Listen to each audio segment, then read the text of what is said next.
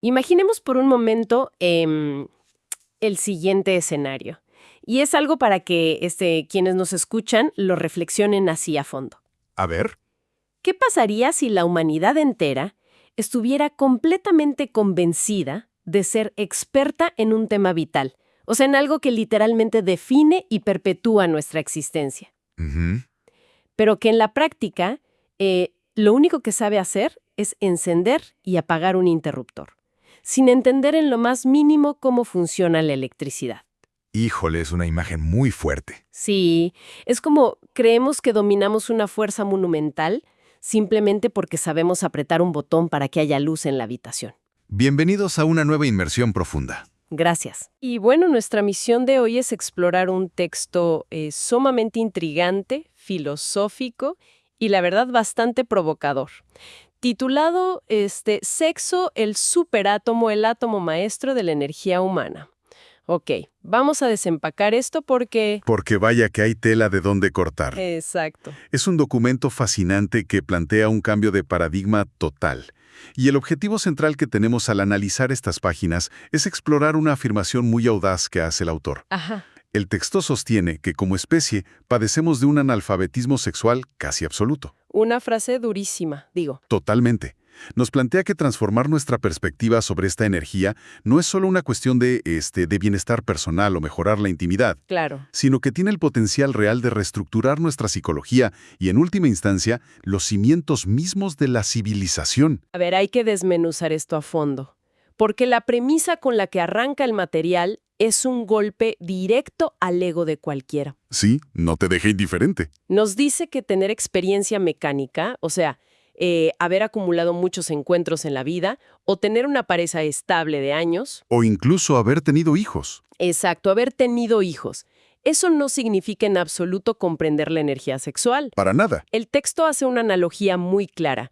Es como manejar un coche todos los días para ir al trabajo y creer que por eso somos ingenieros mecánicos capaces de armar un motor desde cero. Sí. O volviendo al interruptor, encender la luz de la sala y jurar que entendemos de física cuántica. Y para ilustrar esa desconexión, el documento introduce una figura central que resulta clave para todo el análisis. El ventrílocuo. Exactamente. La llama el ventríloco. Y este ventríloco no es otra cosa más que nuestra propia mente, nuestro ego. Ajá. Es esa parte de la psique que toma el control del mecanismo físico, que dirige el cuerpo, pero que ignora por completo la naturaleza de la energía que está manipulando. El ventríloco nos empuja a vivir en un modo estrictamente binario. Claro, ese modo binario del que habla el texto es básicamente un ciclo de tensión y liberación. O sea, excitación y descarga, deseo y alivio, y finalmente pues el agotamiento. Es como usar la computadora más avanzada del mundo solo para jugar al solitario. Exacto, tal cual. Y el autor es muy crudo al describir cómo opera el ser humano promedio bajo este esquema. Dice que actuamos como, cito, un animal con aderezos. Esa frase es tremenda. Fíjate en esa imagen. Esos aderezos son, por ejemplo, un poco de romanticismo superficial de película, una capa pesadísima de culpa. Ya sea religiosa o social. Exacto. Y una nube constante de pornografía mental. Lo fascinante aquí es que esa mezcla es lo que crea el ruido psicológico. El acto físico en sí está adornado con toda esa carga mental. Ajá. Pero estructuralmente sigue siendo una descarga mecánica. Lo que resulta verdaderamente trágico de este analfabetismo sexual es que el fenómeno más potente, o sea, la energía vital más concentrada que tiene un organismo humano, se trata como un hábito cualquiera. Sí. Se vuelve algo tan rutinario como tomarse un vaso de agua o rascarse cuando hay comezón, y se pierde de vista el misterio profundo que realmente implica. Y creo que aquí entra perfecto por qué el autor decide llamarlo un superátomo. Al principio, la verdad, me costó un poco hacer la conexión. Es un término curioso. Sí, pero si lo piensas en términos de historia de la ciencia, tiene todo el sentido. A ver, Antes de que descubriéramos el átomo físico, el mundo parecía estar hecho de bloques sólidos, y lo que no veíamos, pues simplemente no importaba. claro. Pero, cuando la física entendió esa unidad mínima e invisible, la humanidad logró desencadenar fuerzas inmensas que cambiaron la faz de la Tierra. El texto nos dice que, en la biología humana, el sexo es exactamente eso. Es el átomo maestro. Es una comparación histórica muy precisa, porque así como el átomo físico contiene una cantidad de energía desproporcionada para su tamaño, este átomo maestro biológico condensa toda la memoria de nuestra especie. Ajá. Es la unidad mínima, desde la cual se construye el carácter y la estructura psicológica de un individuo. Y las implicaciones de esto, si seguimos la lógica de las fuentes, son gigantescas. Gigantescas. Especialmente cuando el texto aborda el tema de la concepción humana.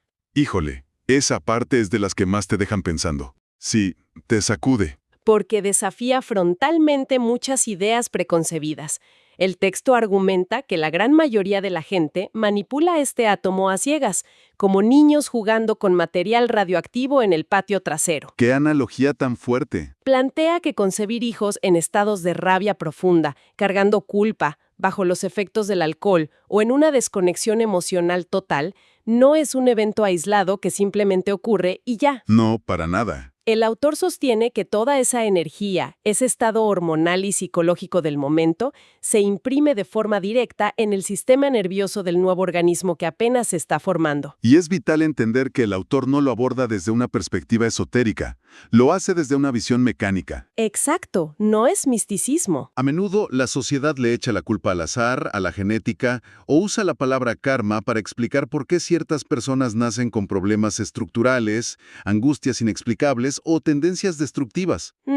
Pero el documento redefine ese karma. Nos dice que gran parte de lo que llamamos mala suerte es simplemente la consecuencia lógica, la matemática biológica, de tratar este superátomo como si fuera basura descartable. O sea, si se trata el sexo como algo de consumo rápido, el resultado no es nada más un momento de placer mediocre para los involucrados. A gran escala, el resultado es la gestación de una humanidad mediocre. Así de crudo. No solo distorsionamos nuestra propia experiencia del momento, sino que literalmente estamos condicionando el tipo de sistema nervioso que llega al mundo. Y si invitamos a la audiencia a observar el ritmo de nuestra sociedad actual, el diagnóstico que hace el texto de nuestra época es sumamente agudo. Es un reflejo clarísimo. El documento afirma que hoy en día el sexo ha sido reducido a una rutina de consumo. ¿Sí? Funciona como una anestesia pura. Se utiliza como un espectáculo de validación personal o como una simple válvula de escape para liberar la tensión acumulada de una semana laboral pesada. Se ha perdido cualquier sentido de reverencia. Exactamente. Es como si la sociedad hubiera convertido a esto en un restaurante de comida rápida. Llegas, consumes rápido para calmar el hambre inmediata y te vas. Nadie se sienta a disfrutar el banquete. Nadie. Y pienso mucho en cómo esto se ve amplificado hoy con las aplicaciones de citas. Es la mecanicidad pura del ventríloco, un deslizamiento infinito a la derecha o a la izquierda en una pantalla, buscando esa descarga rápida, una validación instantánea del ego. Totalmente. Y según el texto, el impacto de esta decadencia estructural es visible en el aburrimiento y en la violencia sutil que permea tantas relaciones modernas. Ese concepto de violencia sutil es fundamental en la lectura. A ver, explícanos un poco más de eso. Se refiere a un uso mutuo donde el otro deja de ser un individuo y se convierte en un instrumento para huir del propio vacío. Cuando la energía vital más accesible del organismo es secuestrada por el ventrílocuo para sus propios fines de alivio temporal, las consecuencias a gran escala son lo que el autor denomina la creación del bot humano. El bot humano. Ese concepto me pareció brillante para describir la alienación moderna. Sí, es muy descriptivo.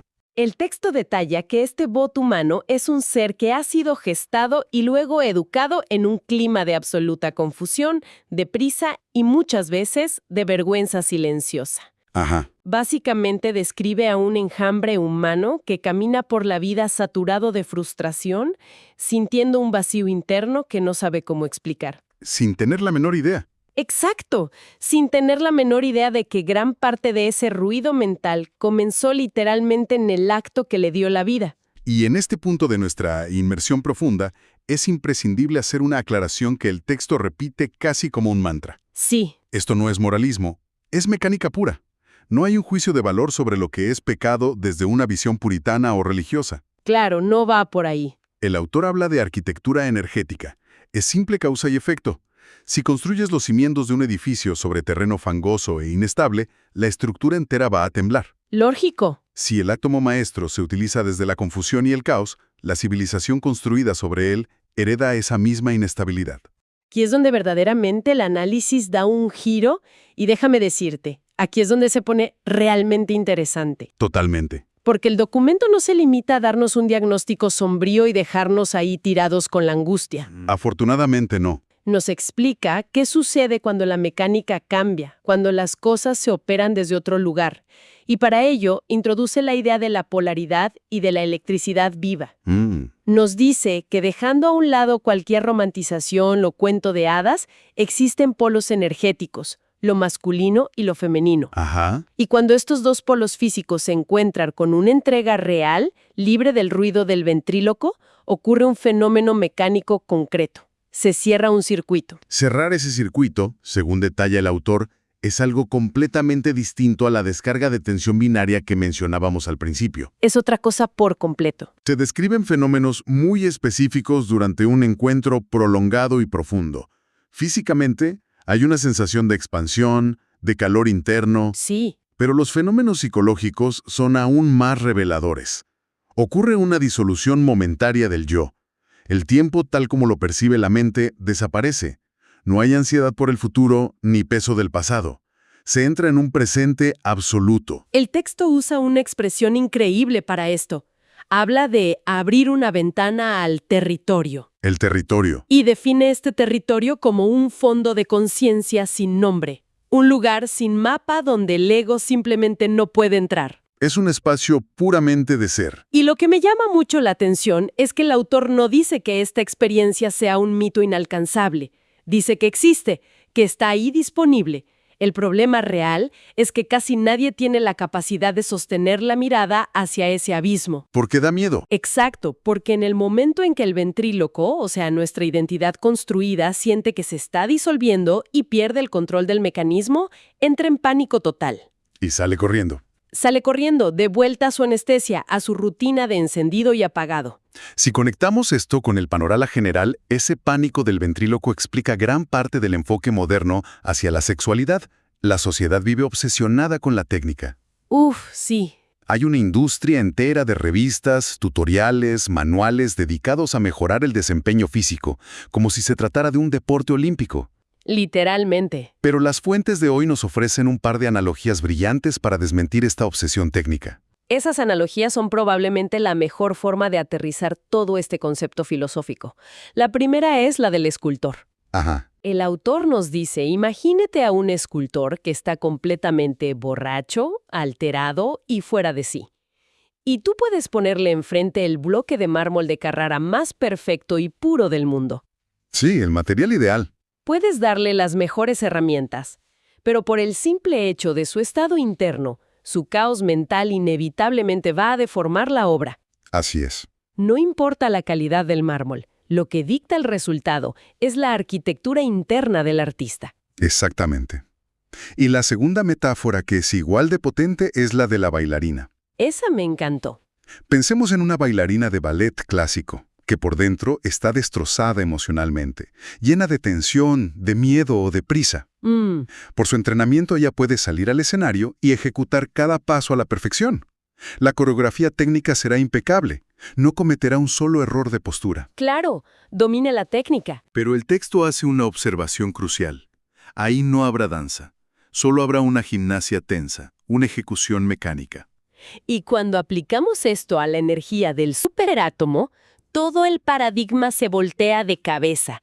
La técnica física, las acrobacias, el desempeño de manual, nada de eso importa realmente. Nada. Lo decisivo, el factor que transforma la electricidad es el estado interno. Si el encuentro ocurre desde la necesidad de afirmar el ego, desde la prisa por llegar a la meta o desde ese afán de conquista para luego presumirlo, la firma que se imprime es de desorden absoluto. Es una coreografía tensa. Pero si ese mismo acto biológico se aborda desde la quietud, sin un objetivo fijo a alcanzar, con un respeto profundo, se convierte en lo que el texto llama un rito biológico de apertura. Ese contraste nos devuelve directamente a la tragedia del analfabetismo sexual que mencionábamos al inicio. Alguien puede dominar todas las técnicas físicas, tener un desempeño impecable y creerse un experto total. Ajá. Pero, como señala el autor, Saber encender el interruptor no es comprender la luz. Institucionalmente, como especie, carecemos de una alfabetización real sobre lo que esta energía provoca en la estructura de la mente. Nadie nos enseña eso. Nadie nos enseña a observar este impulso primordial simplemente como una fuerza neutra. Se nos educa para reprimirlo bajo mantos de culpa, o para explotarlo brutalmente mediante el consumo desenfrenado, pero casi nunca se nos enseña a sentarnos y observarlo en quietud. Y claro, todo este análisis profundo genera una duda inevitable. Si estamos atorados en esta coreografía tensa, operando como bots humanos bajo el mandato del ventríloco, ¿Cómo salimos de ahí? exacto, ¿cómo salimos de ahí? Afortunadamente, el material que estamos revisando no se queda en la mera crítica filosófica. El autor nos lanza un salvavidas en forma de 4 invitaciones muy concretas. Que son fundamentales. Son 4 pasos prácticos para dejar de usar esta energía como un simple botón de encendido y apagado. La primera invitación, y creo que es un golpe durísimo al ego de cualquiera, es simplemente ver la ignorancia. Esto plantea una pregunta importante para cada uno.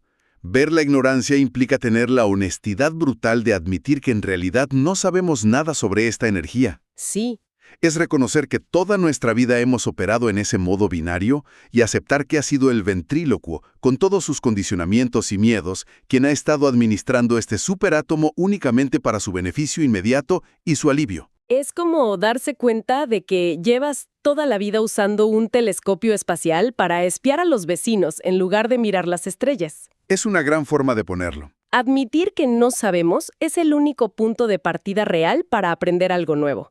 De ahí, el autor pasa a la segunda invitación, que es observar el impulso. Y aquí hace una distinción importantísima. Nos pide prestar atención a cómo surge esta energía biológica en el cuerpo, pero con una condición innegociable: no traducirla automáticamente en acción y tampoco reprimirla con culpa. Esa es la clave para romper la mecanicidad. Es crear una pausa consciente entre el estímulo y la respuesta habitual. Ajá. La invitación es a convertirse en un observador silencioso, ver qué tipo de historias empieza a inventar el ventríloco en la cabeza en cuanto aparece el impulso, observar cómo el ego intenta justificar el deseo para reforzar sus propias inseguridades, su necesidad de afecto o su afán de control, sin dejarse arrastrar por ese guión. O sea, sentir la corriente eléctrica, pero sin correr a enchufar ningún aparato de inmediato. Solo observar. Solo ver cómo fluye. Y eso nos lleva a la tercera invitación, que habla ya del momento de la interacción.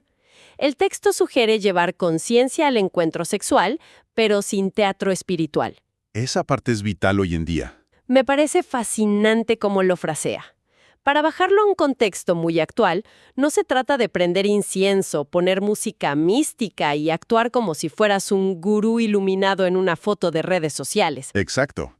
Eso sería usar la espiritualidad como un disfraz más para el ego. Precisamente. El autor advierte sobre el peligro de que el ventríloco simplemente cambie de vestuario y ahora se ponga el traje de persona evolucionada. ¡Claro! La invitación real es a mantener una presencia cruda, honesta y sin adornos. Es tener la valentía de mirar hacia adentro y preguntarse si más allá de la excitación biológica normal, existe también una sed auténtica de silencio. Un anhelo genuino de que ese yo ruidoso desaparezca temporalmente para lograr una fusión real con el territorio, sin forzar posturas ni discursos de falsa trascendencia. Presencia absoluta, sin guiones prefabricados. Y llegamos a la cuarta invitación, que desde mi punto de vista es la pieza que cierra el rompecabezas de todo este análisis. El autor la llama reconocer la misma corriente. Sí, Y es brutal porque conecta 2 mundos que la sociedad siempre ha tratado de mantener separados, a veces incluso en guerra uno con el otro. así es.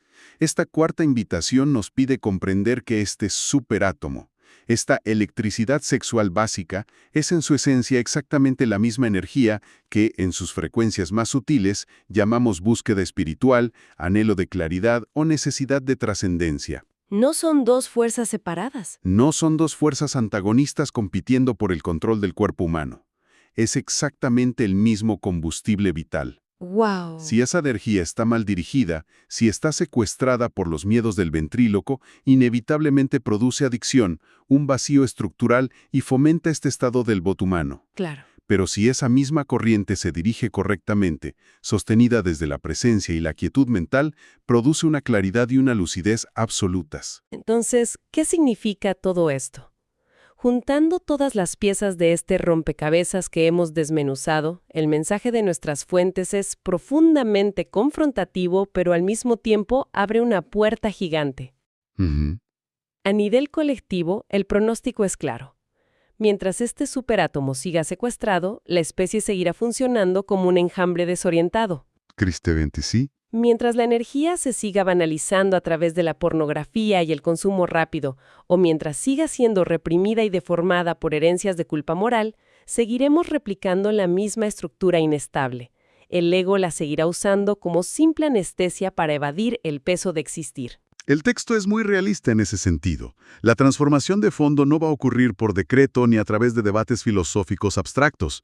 Empieza y termina en la intimidad de cómo cada ser humano administra esta fuerza en su propio sistema nervioso. Ajá. Tal vez el gran colectivo, el enjambre, continúe su marcha mecánica. Pero a nivel individual, la puerta de salida está abierta. Cuando una persona decide tratar este núcleo energético con lucidez, dejando de usarlo como un sedante, la arquitectura interna cambia por completo. Y ahí es donde ocurre el salto cuántico del que habla el texto. El clímax biológico, el orgasmo, deja de ser un trofeo para el personaje. Deja de ser una medalla más que el ventríloco se cuelga para presumir sus conquistas o simplemente un botón de alivio de estrés. Sí, Y se transforma en un espejo prístino de la disolución de ese mismo ego. Es el viaje verdadero donde lo puramente biológico se convierte en un puente hacia lo supraconsciente, cuando dejamos de usar el superátomo como gasolina barata para calmar la ansiedad, y lo convertimos en el fuego que alimenta una presencia total. es una síntesis extraordinaria de la propuesta del autor. Al final, el documento es un llamado radical a cuestionar desde las raíces más profundas la forma en que nos relacionamos con el combustible más potente de nuestra biología. Nos invita a salir del letargo, a apagar el piloto automático del voto humano y a atrevernos, por primera vez, a mirar el misterio de frente, sin disfraces. Y para cerrar esta inmersión profunda, nos gustaría dejar a la audiencia con una reflexión que va más allá de las fuentes, pero que se inspira directamente en ellas. Si resulta que este impulso primordial que tan repetidamente usamos para adormecernos, para evadir nuestras inseguridades y para darle de comer al ventríloco interno, es en realidad la misma corriente que podría darnos una claridad absoluta, la pregunta es, ¿qué otras fuerzas monumentales en nuestra vida diaria estamos operando en un simple mudo de encendido y apagado? Es una gran pregunta. ¿Cuánto combustible real para nuestra propia evolución estamos desperdiciando simplemente por el terror que nos da soltar el control del mecanismo que ya conocemos? Es una pregunta pesada, ideal para llevarnos de tarea y observarnos con honestidad en los próximos días. Queremos agradecer a la comunidad que nos acompañó en esta exploración de ideas tan poco convencionales y retadoras. La invitación queda abierta para que sigan cuestionando lo cotidiano, observando sus propios automatismos y, tal vez, atreviéndose a conocer la electricidad real y no solo el interruptor de la pared. Hasta la próxima inmersión.